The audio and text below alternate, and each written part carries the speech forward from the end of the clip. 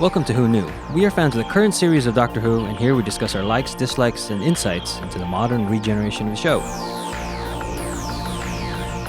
Subscribe, review, and listen to us on Apple Podcasts and Spotify, or our YouTube channel, youtube.com/WhoKnewPodcast. All our episodes are on WhoKnewPodcast.com. You can leave comments there or email us at WhoKnewPodcast@gmail.com. We also have an Instagram and Twitter account. Tweet at us at WhoKnewPodcast. Find us on Facebook. My name is Catherine Stewart and I am part of the Paternoster Gang, playing Miss Jenny Flint in Doctor Who. I hear you are a big fan of Doctor Who, and you even have your own podcast called Who Knew? Who Knew? It's a good name. All right. Tonight we have a special bonus episode. We're going to be talking about the war between the land and the sea. Hi, this is Eugene. Who else is here? Hi, this is Brian. Hi, this is Frank. So the war between the land and the sea is, I'm going to say, a mini-series. There are 5 episodes, and they aired starting on the 7th of December 2025. And when did the last one air? 21st of December 2025, so right before the new year. And the reason we are talking about this is because there is no new Doctor Who Christmas special. And I guess in place of that was this, and we're going to have a new Christmas special at the end of 2026 this year. So real quick, UNIT must take action to prevent a global war once a new species from the water emerges and they reveal themselves to humanity. And this is the Sea Devils, which is a classic Doctor Who villain, and they have been very updated in this miniseries. The prosthetics and special effects look amazing for the Sea Devils, but they're not called that. They're called Homo Aqua in this miniseries. And Russell Tovey is the main character, and we've seen him before in Doctor Who proper with Voyage of the Damned. And the main Sea Devil person is played by Gugu Mbatha-Raw, and she played Tish Jones in season 3 of Doctor Who, which was Martha Jones's sister. So we're going to talk about our initial thoughts. Who would like to go first? Well, the flight to London and back, boy, that was exhausting. Yes, thank you for reminding me. Everybody in the US will get this miniseries also at the end of this year, 2026, on Disney+. Really, the end of this year? End of this year. Oh, just that I'm thinking, it's a whole year. It's like they're losing momentum. If maybe they did it, beginning of this year, January, by the end of January, that could have solidified something. I was shocked. So, okay. Well, then this is going to be full of spoilers, isn't it? That's why we're going to be just talking about our initial reactions. Okay. Well, it was in color. People moved. You could hear voices. No, I just thought yes, it looked really good. I like that. Yeah. It was odd being the Sea Devils and not another species, since they already have the Silurians. Isn't the Silurians? Silurians. Close enough. I slur, so that's Silurians. And so I thought this might be like a different take on the Sea Devils, a different variation, because humans comes in so many different varied sizes, shapes, everything. That I thought it might be just something different, but it just seemed a little too distant from the Sea Devil we're used to. I did like it, and it grew on me, and it was fine.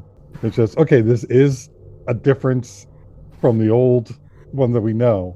So even the one very different from Jodie Whittaker's. Yeah. Yes. Yeah. I think we have done a classic Who Sea Devil episode, and these Gugu Mbatha-Raw looks amazing in that makeup, and I almost did not recognize her. Yeah, that makeup was fantastic. I think one of my first texts to Brian was, this miniseries should not look this good. It's very cinematic, and the lighting and just the money they put into the look of this thing is, I was very impressed. And I want to say money well spent. Yeah. It did work where they needed it to work. And then like Russell Tovey, I felt from reading the writer's journey from with Russell T Davis that he always wanted to work with Russell Tovey more, and this was kind of it for him. Oh, okay. That's what I felt anyway, because he just liked Midshipman Frame, kind of wanted an excuse to use him again. I guess this is the closest that he's able to do, because it really is. Well, he let Midshipman Frame hook up with Jack, so. That's true. That's a very small scene, though. So this felt like That's an afterthought. Wow. it very much felt like this is a Russell Tovey, not tour de force, but sort of his time to shine, because he plays yeah, it's his show. Yeah, his character's name is Barclay Pierre Dupont, and he's like a low level unit and analyst, I think, or something like that. He hires the taxis. Ah, yes, okay. He just gets people around. They need the important people. He gets them around to where they need to be. And this is not that much of a spoiler, but two other people from the Doctor Who seasons that we've seen before, Gemma Redgrave and Alexander Devariant, they reprise their roles as Kate Lethbridge Stewart and Colonel Christopher Ibrahim from Unit that we've seen with Ncuti Gatwa's Doctor. And the other unit's woman. Oh yeah, the other woman. Yeah, there's more, but those are the main ones. I think people would recognize. True, but it's also they're more the main story. Yeah. Any other like initial thoughts before we do dive into spoilery material? Pun intended.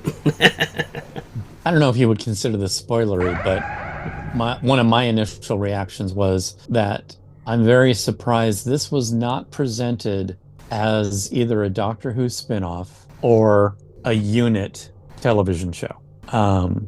It is very much its own thing. Yeah, I think we only caught maybe 2 references to the Doctor in the whole thing. Maybe 3.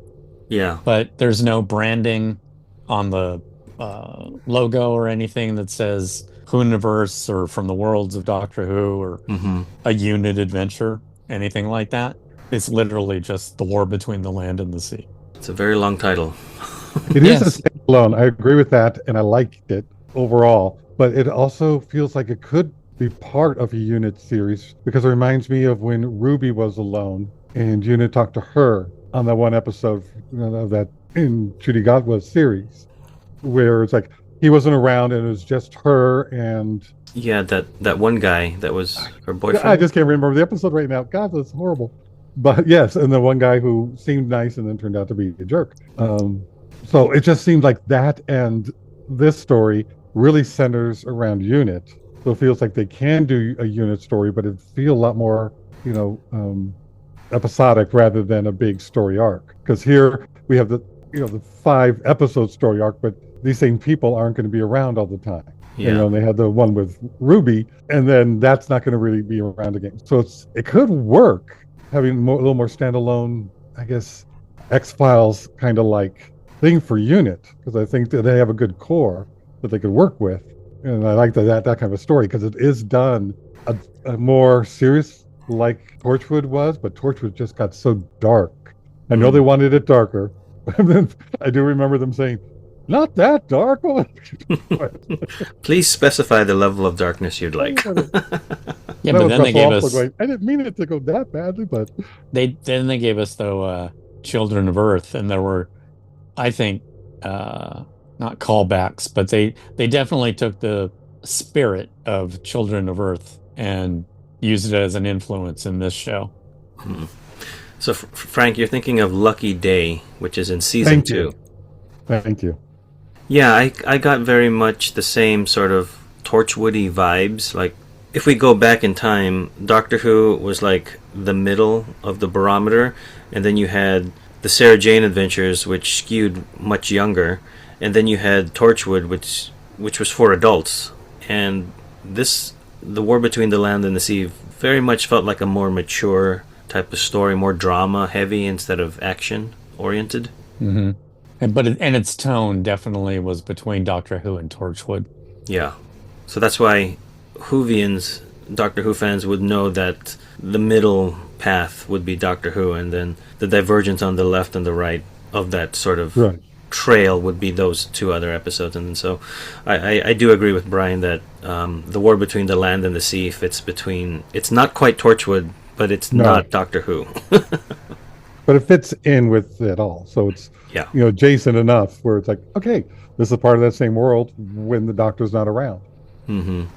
Oh, and I just want to mention that Gugu Mbatha Raw, her character's name is Salt in this miniseries. She is the ambassador of the Sea Devils. That's a great name. Yeah. And I did like that it was a translation of what they had. So I could just hear from that and then other characters' names in the Aqua kind. It's like, okay, we're translating to this, but I could just feel that it was a lot more melodic, what their names would be, and more of a, just a beauty kind of thing of what that was. And they had to like boil it down to, okay, in English, it's salt, but it's, it seemed like it would have been the, the taste of freshness of the sea, or, something really a little more descriptive. Before we go into other spoilery things, I want to mention that this was created by Russell T Davis. It was written by him and Peter McTighe, who also directed or wrote. I think he wrote for Doctor Who in... I'm going to look that up real quick, sorry. Oh, this is funny. So Peter McTighe, he wrote Lucky Day. Really? So we did pick up on that. Yay! Yeah. And then in the other ones, he wrote Kerblam and Praxis. So he's relatively new, because that's the Jodie Whittaker and the Ncuti Gatwa era. Mm-hmm. Right. So okay. It was all directed by Dylan Holmes Williams, which is a miniseries, so that makes sense to me why they got one director. So it's got a uniform look. And this guy directed 73 Yards and Dot and Bubble. He's good. Yeah. For the I direction agree. aspect of those, yes. So you have been warned from here on out in this episode that we have spoilers. And if you want to come back and listen to this episode at the end of 2026, feel free. I thought it was an interesting choice that Russell Tovey's character, Barclay, was kind of low on the totem pole. I don't know if that made me more endeared to him, like not being... Because to me, if you're going to make a unit miniseries, I would want Gemma Redgrave as Kate Lethbridge Stewart to be the main character, but they didn't go that route. So I don't know if that was a choice to not only give Russell Tovey something, but to make him more relatable to an average viewer. Yeah, that's how I took it. He was the surrogate us. Mm-hmm. And I think he did a great job. And it, like, Brian and I had a text conversation that it felt repetitive in the beginning, but I was immediately drawn in, like, because of that surrogateness with Russell Tovey, the Barclay character. He's kind of thrusted into this extraordinary circumstance, and I kept thinking, like, what would I do in this case? And I was there with him. You could almost say he was a fish out of water. Could. Oh, But you know what am I explaining and correctly? he played it very he played it very well too. He But did. it was just like, wait, what would I do? I'd be terrified. I'd be running the other. I'd be sitting there going, no. And I think a similar thing that they did in Torchwood is that they made these people's lives not picturesque. So he's divorced, he has a kid, he shares custody with, and because of the nature of what's going on with a like an alien race wanting diplomatic relationships with, in this case, the UK, sort of being the ambassador to the world as the Earth, human Earth, they would do background checks. And when they had to bring up all his history and stuff, I was like, wow, that feels very real. but I liked that they didn't need a civilian as part of it, because that to me felt like a Doctor Who, especially since the Zygon invasion and inversion. It's like, no, they have to have that person there.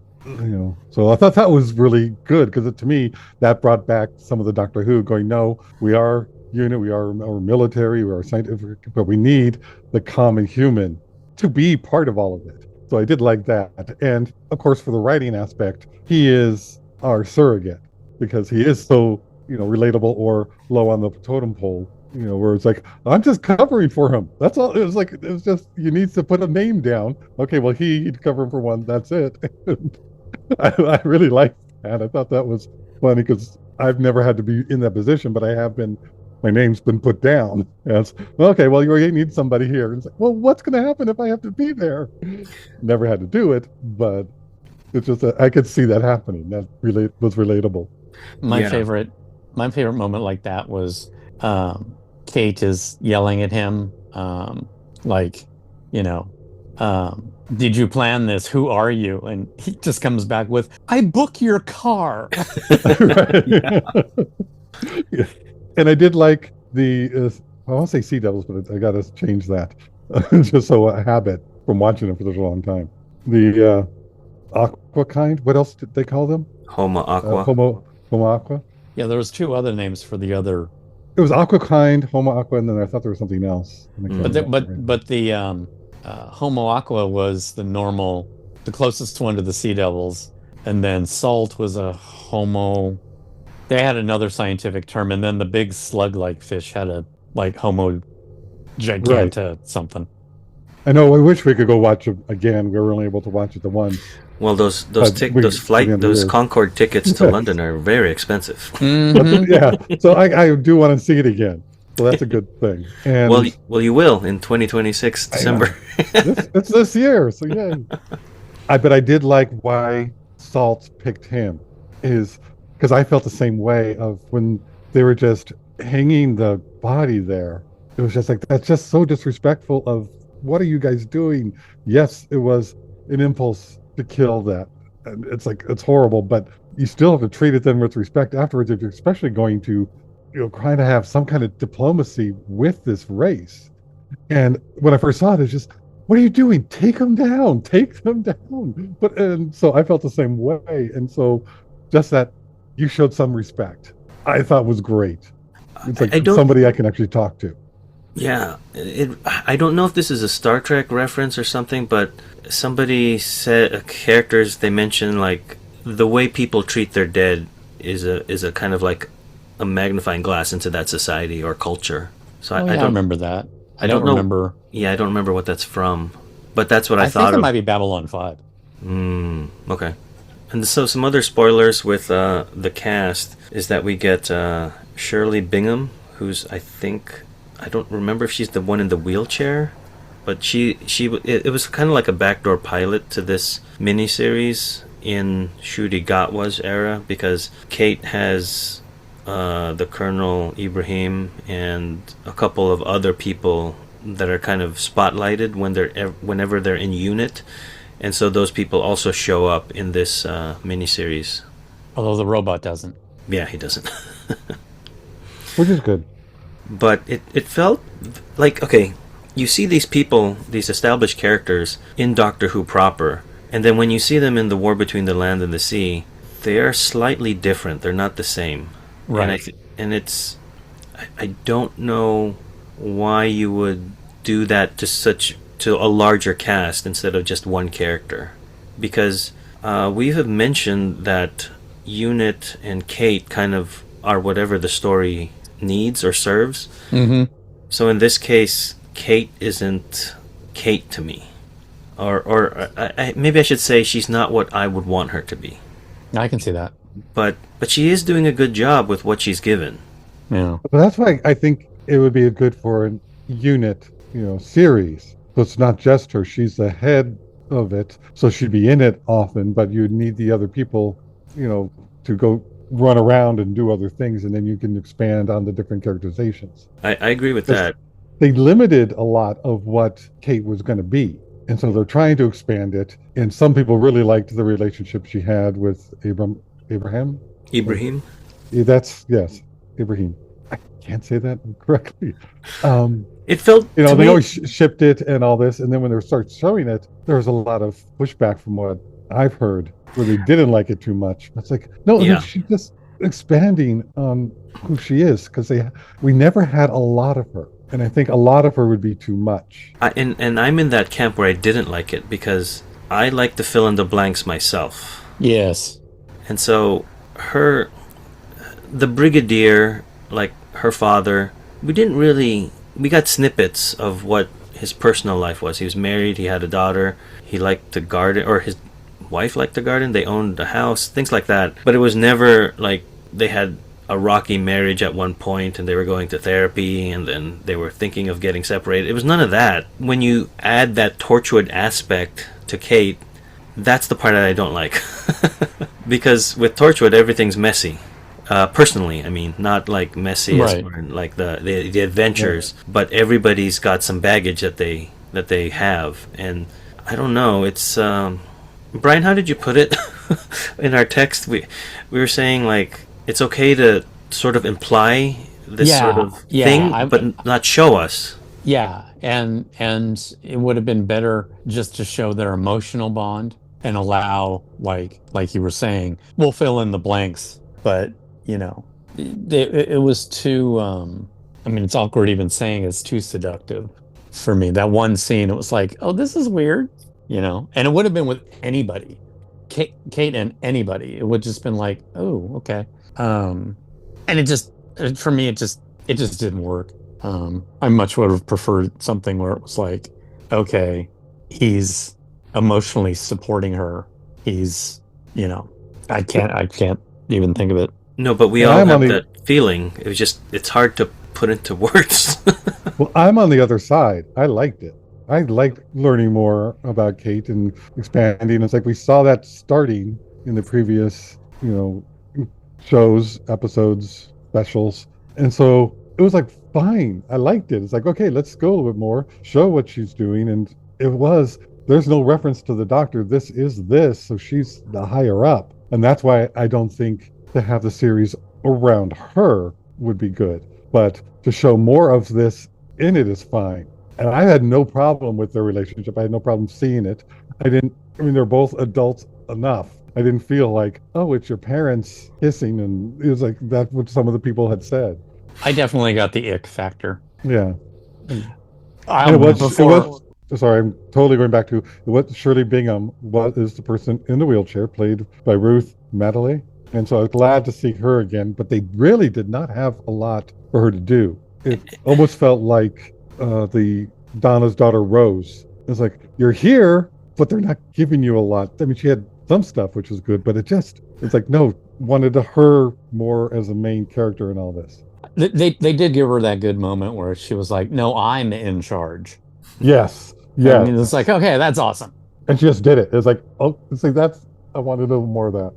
But I think that's my issue that I brought up in the beginning is like you establish sort of a backdoor pilot with these characters in the other season, but then when you do this miniseries, they're not the main character. Right. Yeah. That's why it's like this does not feel like a unit show. No. Again, it's a Russell Tovey vehicle. Yeah. It's like just set in the world of Doctor Who.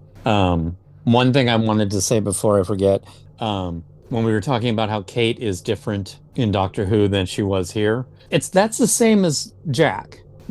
Captain Jack was one character on Doctor Who and a different one on Torchwood. And John Barrowman actually says he played it that way. That there's so much that Jack did on Torchwood that he never would have done on Doctor Who.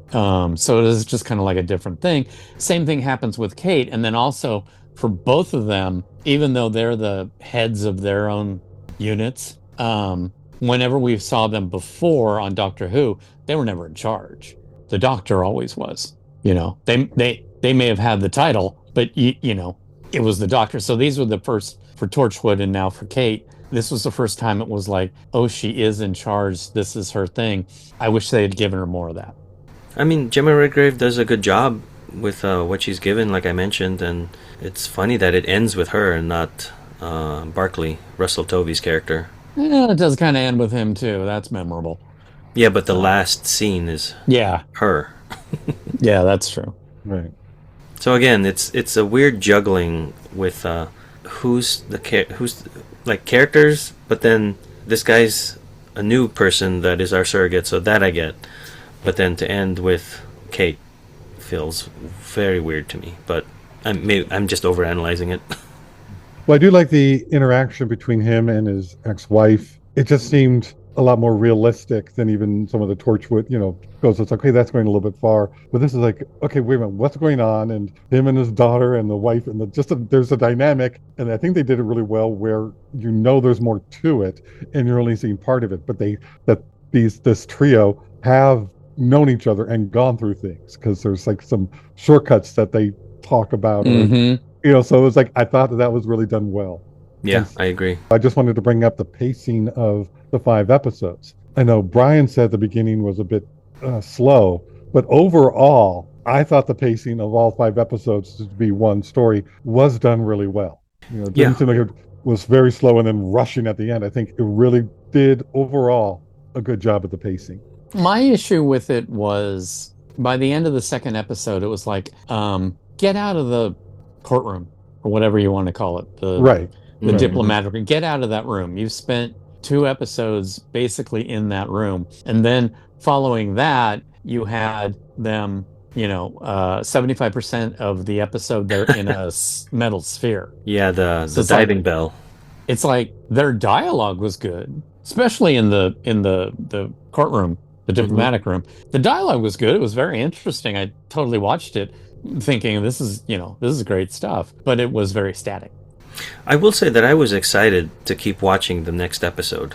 Yeah, we watched it all in one binge. Yeah. Well, you had to. It's like a movie almost. Yeah, I was not expecting that. A little bit longer than that, but yeah, bravo, I guess, on the pacing and the editing of like keeping us engaged.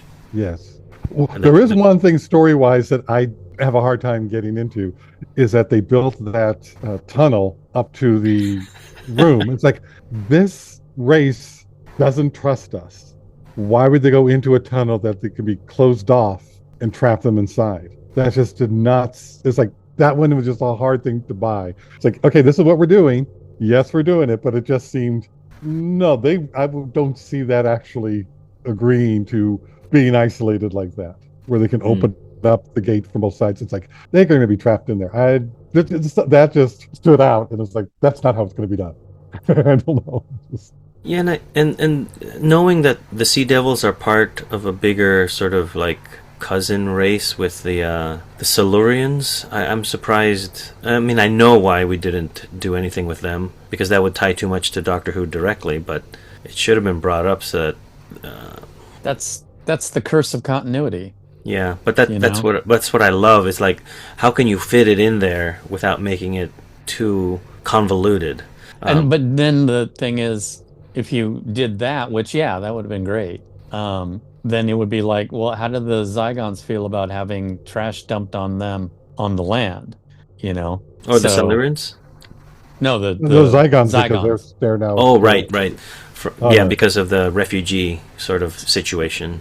It's just like, it's so heavy with backstory that you just kind of have to accept, well, we're not going to mention everything. Because you have to mention that, well, we did try the negotiations with the Silurians, and that's like, that didn't quite work, so they went back into hibernation. Again, just things that on the podcast we all kind of think about and dissect. And one, before we have to go, one thing that I absolutely positively love and will be headcanon for me forever is it's basically a rite of passage for a unit employee to see the doctor. Because he's like, I saw the doctor once. And it just, in that little scene, it's like, and that was special. That meant something. Didn't go into detail. Right. I don't even think he said that, like, there was a lot of running. But it was just like, you could just kind of tell. It's like when a unit employee sees the doctor, suddenly they're really in the club. Right. I can't wait till we see this at the end of the year, and then we can get the rest of our team. Yeah. And give a little more deep dive into all of this. It's going to be I hope that, like you said, the momentum doesn't die down, because we're going to have this and the new Christmas special at the end of the year. And hopefully that'll put that shot in the arm for the fandom again. Yeah, I'm not holding out much hope. We're back where we were at the beginning. Thanks, Brian. They just need to, I don't know, get a new showrunner again. Because I think that's what every iteration does. It brings something new. I do feel it needs a break. Just give it a few years of a break, get an entirely new showrunner, and do it again. Let some time pass. Anyway, that wraps up this episode of The War Between the Land and the Sea. Thanks for listening, stay safe, and we'll see you next time when the future becomes the present.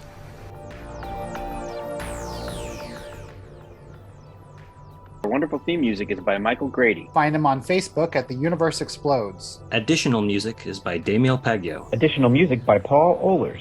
All our episodes are engineered by Auburn, and you can find him at auburnbinkley.com. You can also find this show in several places. Follow us on Twitter at Who Knew Podcast. Subscribe, review, and listen to us on Apple Podcasts and Spotify. Or on our YouTube channel, youtube.com/Who Knew Podcast.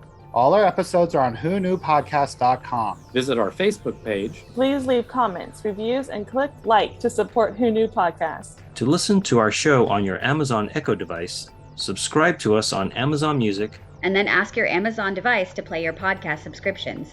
This podcast is inspired by Doctor Who, The longest-running sci-fi show in history. And especially the revival spearheaded by Russell T. Davis. Thanks to Russell, Sidney Newman, Verity Lambert, Ron Grainer, and all those involved in the adventures of our favorite Time Lord. Your work continues to inspire and entertain.